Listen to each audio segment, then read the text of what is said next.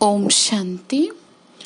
आज की ये क्लास स्पेशली माताओं के लिए है, यानी माताओं बहनों के लिए जो कि घर में रहती हैं, जो कि गृहस्थी हैं और जिनको सबसे बड़ी समस्या ये लगती है कि हमारा योग नहीं लगता, हमारा मन भटकता है, हमें कभी बच्चों की फिक्र होती है, हमें कभी किसी और की फिक्र होती है, कुछ और ना सही तो दिमाग पता नहीं रिश्तेदारी में ही चलता रहता है।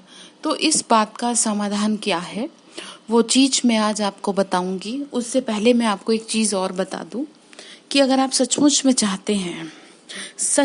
चाहते हैं शिव बाबा से योग लगाना, यानी शिव बाबा को याद करना, और आपको लगता है कि मेरे से हो नहीं पा रहा है, आप समझ रहे हैं ना मैं क्या कह रही हूँ, आपको ऐसा लगता है कि मेरे से हो नहीं पा रहा, तो आज से ये टेक्निक जो मैं बताऊंगी उसको आप कंटिन्यू करते चले। और वो टेक्निक क्या है, सबसे पहली बात इसको ऐसे समझो एग्जाम्पल से, जैसे कि आप रोज चाहते हो कि मैं वॉक करूं, ठीक है ना, पर कुछ ना कुछ ऐसा हो जाता है कि आप करते नहीं हो, कभी आपका मन कभी शरीर कुछ ना कुछ ऐसा कर देते हो आप उस चीज को कर नहीं पाते, ठीक है ना। लोगों की सबसे बड़ी प्रॉब्लम यही है कि चाहते तो बहुत लोग बहुत कुछ अच्छा करना है लेकिन वो उसको कर नहीं पाते। आज मैं आपको वो चीज़ शेयर करने जा रही हूँ कि जो बड़े बड़े साइंटिस्ट लोगों ने भी और जो बड़े बड़े जो आजकल के टाइम में जो लोग सफल हैं, या ये कहें जो ऋषि मुनि रहे, जो बहुत प्रसिद्ध ज्ञानी रहे, महाज्ञानी रहे, ठीक है ना, अगर भारत की बात करें, उन्होंने कैसे अपने आप पे विजय प्राप्त की। तो आज उस चीज को बहुत छोटी सी है, माइनर सी है, लेकिन अगर आपने ये कर लिया और आप इसे 7 दिन तक करिए और आफ्टर 7 डेज आप मुझे बताना कि आप कर पा रहे हैं या नहीं कर पा रहे, पहले से आप में इम्प्रूवमेंट है या नहीं। तो वो चीज क्या है, वो चीज ये है, तो मैं आपको एग्जांपल दे रही थी वॉक का कि आप नहीं कर पा रहे। अब आप क्या करें, आप वॉक करना भूल जाओ कि चलो ठीक है मैं नहीं कर रही। आप जहां पर आपको लिफ्ट से जाना है आप वहां क्या करें, बस सीढ़ियों से चले जाएं, बस इतना सा कर लें, ठीक है।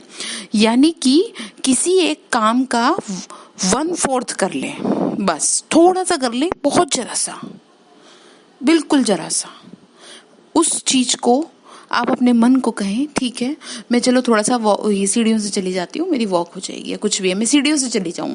बस इतनी सी बात अगर आपने कर ली, आफ्टर 3 डेज आप खुद अपने आप, आपके पैर आपको उसी राह पे ले जाएंगे जिस राह पे आप चलना चाहेंगे। समझ रहे ना मेरी बात। तो आपको करना क्या है, आपको जब भी ऐसा लगता है कि मैं योग करना चाह रही हूँ, या मैं सुबह उठना चाह रही हूँ, या मैं बाबा से बात करना चाह रही हूँ, मैं मुरली तो सुनना चाह रही हूँ, पर पता नहीं क्या हो जाता है, मन जिसे पता ही नहीं कहाँ भाग गया। कई बार कईयों की समस्या बड़ी भयानक सी हो जाती है कि उनको ऐसा लगता है कि हम क्या करें अपने मन का। जैसे कईयों को ऐसा लगता है कि मन बड़ा चंचल है, बड़ा भागता है, बड़ा परेशान करता है। तो अगर आप ऐसा मानते हैं तो ये बिल्कुल गलत है, ठीक है। मन ये इतना तो ठीक है, चंचल है, लेकिन ऐसा नहीं है कि अगर आप इसे संभाल के रखें तो ये ना संभले। तो आप मेरी बात समझ रहे हैं। जहां आपको लगता है कि मुझे 1 घंटा योग करना था या मुझे 1 घंटा योग करना है, 3 दिन के लिए उस चीज को आप केवल 5-5 मिनट करके कर लें, ठीक है, 2-2 मिनट करके कर लें। ठीक है मैं 2 मिनट बैठ जाती हूँ, मैं इससे ज्यादा नहीं बैठ पाऊंगी, अपने आप को समझा दो। आपको मेरी बात समझ में आ रही है ना। आपका योग नहीं लग रहा, आपका मुरली पढ़ने को मन नहीं कर रहा, आपका बाबा की क्लास सुनने को मन नहीं कर रहा, बस जरा से सुन ले, बहुत हल्की सी 5 मिनट की मुश्किल से। आपका मन भाग रहा है, बार बार बाबा पे ला रहे हो, कोई समस्या आ गई फिर भाग रहा है, फिर ला रहे हो फिर भाग रहा है। इस चीज को सही करने का सिर्फ एक ही तरीका है जो मैंने अभी आपको बताया है कि उस काम का आप 1/4 कर लें, ठीक है ना, 1/4 भाग कर लें, बस 3 दिन उसको करें, ठीक है। चौथे दिन आप खुद पाएंगे कि आप उस चीज को धीरे धीरे बढ़ा पा रहे हैं। इतनी बात तो क्लियर हो गई। तो आज से आप इस चीज को अपनी लाइफ में अपना लें। अब दूसरी बात ये कि माताओं का अपने परिवार में सबसे ज्यादा बच्चों से बहुत प्यार होता है। प्यार होना कोई बुरी बात नहीं है, ठीक है ना। भगवान ने भी माँ को बहुत बड़ा दर्जा दिया है, उसमें कोई बुरी बात नहीं है।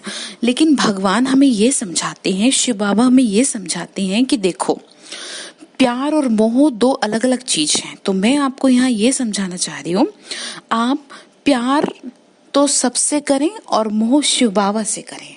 जैसे कि आपका पड़ोसी के बच्चे से थोड़ी ना मोह होगा, अपने बच्चे से ही मोह होगा। तो जैसे आपका अपने बच्चे से मोह है, वैसे मोह आप बाबा से करें, ठीक है। और उस मोह में आपको क्या करना है, आप चाहते हैं ना बाबा का प्यार आपको मिले, तो आप एक चीज करें। सेकंड बात बता रही हूँ कि आपको क्या करना है। सुबह सभी के घर में नाश्ता बनता है, दोपहर में सभी के घर में भोजन बनता है और रात को भी सभी के घर में बनता है। कुछ बहनें जो बहुत पुरानी ज्ञान में चल रही हैं वो भोग को नियमित रूप से करती हैं, ठीक है, लेकिन सभी लोग उस चीज को नहीं कर पाते। आज से अगर आप चाहते हैं शिव बाबा आपको प्यार करे, भगवान आपको प्यार करे, वो आपकी रक्षा करे, वो आपकी मदद करे, आप पुकारो और वो तुरंत हाजिर हो जाए। भगवान आपके कोई भोग का भूखा नहीं है, लेकिन इस भोग से यानी इस भोजन से आप भगवान को खुद में बांध लो।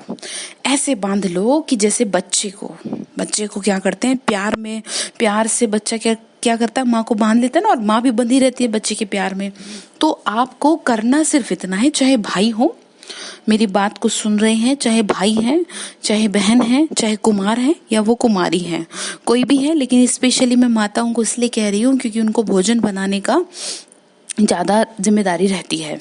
आपको सबसे पहले अपने घर में, ये आजकल तो वैसे भी लॉकडाउन के चक्कर में मेड का कोई रहा नहीं है हिसाब किताब, लेकिन फिर भी अगर आपके घर में ऐसा है, आपको लगता है कि हाँ मेड आएगी, है ना, चिड़िया वो आएगी दाना डालेगी तब हम चुगेंगे, है ना, चिड़िया मतलब कहने का ये है कि जब दाना डाला जाएगा तभी आप चुगेंगे, यानी जब आपको साफ सफाई होगी घर में तभी आपके घर में भोजन बनेगा और तब आप उसको भोग लगाएंगे।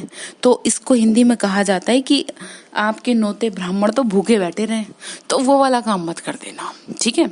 जैसे कि अगर आप सो रही हो, आपके बच्चे ने आपसे कहा सोती हुई से कि मम्मी मुझे दूध दे दो या मुझे चाय दे दो या मुझे पानी दे दो, तो आप क्या करेंगे, तुरंत उठ के खड़ी हो जाएंगे। क्या भगवान से आपको प्यार नहीं है? आप नहीं चाहती कि आपका जीवन सुरक्षित रहे, आपके परिवार, आपके रिश्ते नाते सुरक्षित रहें? आप चाहती है ना अगर सब सही रहे, घर में सुख शांति बनी रहे, तो आज से, अभी से, इसी वक्त से, जैसे सबके लिए प्लेट लगाई जाती है डाइनिंग टेबल पे या सबको आवाज दी जाती है भाई अपना अपना खाना ले जाओ, आज से सबसे पहले घर का बड़ा कौन है? भगवान शिव बाबा, वही खाने को दे रहे हैं ना। तो आपको सबसे पहले शिव बाबा की थाली निकालनी है, ठीक है ना।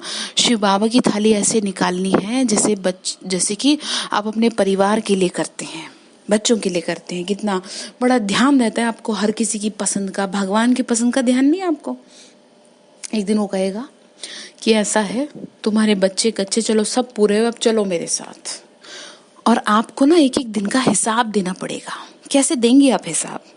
आप क्या कहेंगी कि बाबा आपने तो इतना झमेले डाल दिए थे। बाबा ने कोई झमेले नहीं डाले, जो रचना आपने रची है उसको तो आपको पालना करनी होगी, चाहे आप रो के करें या हंस के करें। हंस के करेंगे तो वो पुण्य बनेगा, रो के करेंगे तो वो पाप बनेगा। तो आप मेरी बात को लिख के रख लें। तीनों टाइम जैसे सबके लिए नाश्ते की प्लेट लगती है, दोपहर में खाने के लिए प्लेट लगती है, रात को सबकी जो भी कोई कुछ भी खा रहा है सब अपनी अपनी प्लेट लेके जाते हैं ना किचन से। बाबा की प्लेट कहाँ है? उस भगवान की प्लेट कहाँ है जिसने आपको खाने को दिया? घर में अगर कोई बूढ़ा बैठा हो या घर में बूढ़े बुजुर्ग होते हैं, आप उनको खाना मत दो, खुद खाने बैठ जाओ, तो उनको भी तो बुरा लगता है ना, भले ही कई कहते नहीं है। तो ऐसे नहीं करना। भगवान आपके भोजन का भूखा नहीं है। मैं सिर्फ आपको इतना समझाना चाह रही हूँ कि उसे अपने प्यार में बांध लो। अगर चाहती हो कि जीवन मेरा सुखमय हो जाए, अभी तक तो जो हुआ सो हुआ, अब तो संभल जाओ, अब तो बस करो, आपसे कुछ नहीं हो रहा ना, योग नहीं लग रहा, कोई बात नहीं, आप बस तीनों टाइम बाबा के खाने का ध्यान रखो जी, सुबह, दोपहर और रात। अब इसमें जो स्पेशल इंस्ट्रक्शन वाली बात है वो मैं ये बता दूं, लहसुन प्याज का भोजन आप भगवान को नहीं स्वीकार कराएंगे, यानी लहसुन प्याज का भोग बाबा को नहीं, भगवान को नहीं लगता, क्योंकि वो अशुद्ध भोजन में आता है, ठीक है। आप क्या करें, दूध का भोग लगा सकते हैं, ठीक है, और आप चावल का भोग लगा सकते हैं, चावल में चीनी डाल के, रोटी पे चीनी रख के लगा सकते हैं, ड्राई फ्रूट का लगा सकते हैं, फलों का लगा सकते हैं, प्लेन दाल चावल का लगा सकते हैं। लेकिन अगर आपके घर में लहसुन प्याज बनता है आप समझ रहे हैं ना मेरी बात। आपके घर में अगर लहसुन प्याज बनता है तो स्पेशली उस भोजन का भोग बाबा को बिल्कुल ना लगाएं, इस चीज का ध्यान रखें। और अगर आपको फिर भी करना है इस चीज को, तो आप सबसे पहले खाना बनने से पहले बाबा को भोग लगाते हैं। दोपहर का खाना अगर आपका बनना है 1 बजे, तो आप 12 बजे बाबा को क्या करें, थोड़े से कटोरी में चावल उबाल दें या कैसे भी करें, आप उसकी फिक्र तो करो। आप उसकी फिक्र करोगे तभी तो आपकी फिक्र करेगा। समझ रहे ना मेरी बात। तीनों टाइम बाबा को 7 दिन तक भोग लगा के फिर मुझे बताना कि आपके जीवन में किस तरह का कुछ परिवर्तन हो रहा है या कैसा आप फील कर रहे हैं। ठीक है, तो 2 बातें मैंने आपको बताई। पहली बात मैंने आपको क्या बताई, पहली बात मैंने आपको ये बताई कि आपको क्या करना है, आपको शिव बाबा को प्यार में बांध लेना है। और वो प्यार कैसा हो आपका प्यार निस्वार्थ प्यार हो। जैसे आपका प्यार और मोह की बात बताई ना, तो मोह तो आपका हो शिव बाबा से, प्यार हो आपका सबसे, क्योंकि मोह आपको कहीं का नहीं छोड़ेगा। और जिस बच्चे से आपका जितना ज्यादा लगाव होगा ना, ध्यान रखना वही आप, मैं कोई अपनी तरफ से नहीं कह रही, ये कर्म फिलॉसफी बता रही हूँ, वही आपके लिए मुसीबत की जड़ बनेगा, वही आपको ज्यादा रुलाएगा। इसीलिए आप बार बार ये प्रैक्टिस करो, नहीं ये तो शिव बाबा का बच्चा है, तो आत्मा है, तो आत्मा है, बार बार प्रैक्टिस करो। ठीक है, तो आप समझ गए आप प्यार और मोह का क्या मतलब है। सबसे प्यार करो, सब अच्छे हैं, सब भगवान के बच्चे हैं, किसी को कुछ नहीं कि फलाना ऐसा है वो ऐसा है, अब तो सुधर जाओ कम से कम। दूसरा, बाबा को तीनों टाइम भोग, इस चीज में बांध लो, अपने आप आपका योग लगने लगेगा। उसके बाद मैं आगे कंटिन्यू बताऊंगी आपको कि आपको आगे क्या करना है। अगर आप और आगे जानना चाहते हैं तो आप मेरे से पूछ सकते हैं, ठीक है ना। पर भोग लगाने का ये अपने जीवन में उतार लो, जिससे कि क्या होगा, आप सहज रूप से शिव बाबा को याद कर पाएंगे, आपको आदत पड़ जाएगी उसे याद करने की। ठीक है, अच्छा, ओम शांति।